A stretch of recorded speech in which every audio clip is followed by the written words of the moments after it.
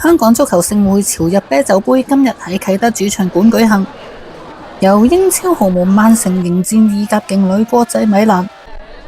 足球盛事曼城對國際米蘭今晚就會喺啟德體育園呢度正式上演噶啦。咁我哋現場都見到有唔少嘅球迷嚟到捧場嘅。雖然今次曼城嘅主將夏蘭特就係冇嚟到香港，但係都無減呢球迷對今次嘅支持同埋期待嘅。唔會啦，已經係一個好難得嘅機會，可以睇到咁多嘅球星。應該執落。唔怕，其他都識噶嘛，霍頓嗰啲全部都識嘅。中意霍頓嘅本身都係啊，同埋當拿龍馬。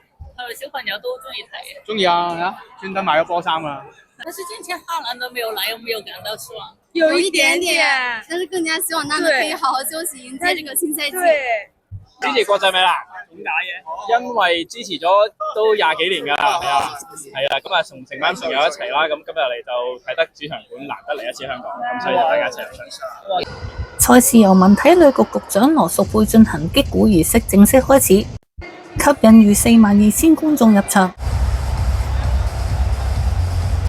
兩隊喺全場都各有攻勢，曼城喺上半場佔咗先機，率先射成1-0。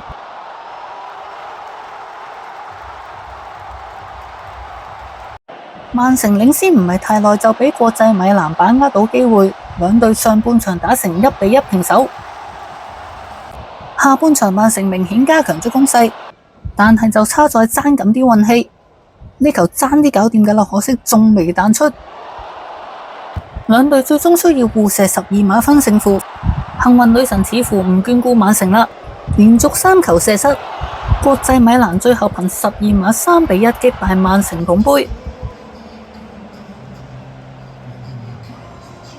局長羅淑佩表示，希望借助體育盛事帶旺本港經濟環境，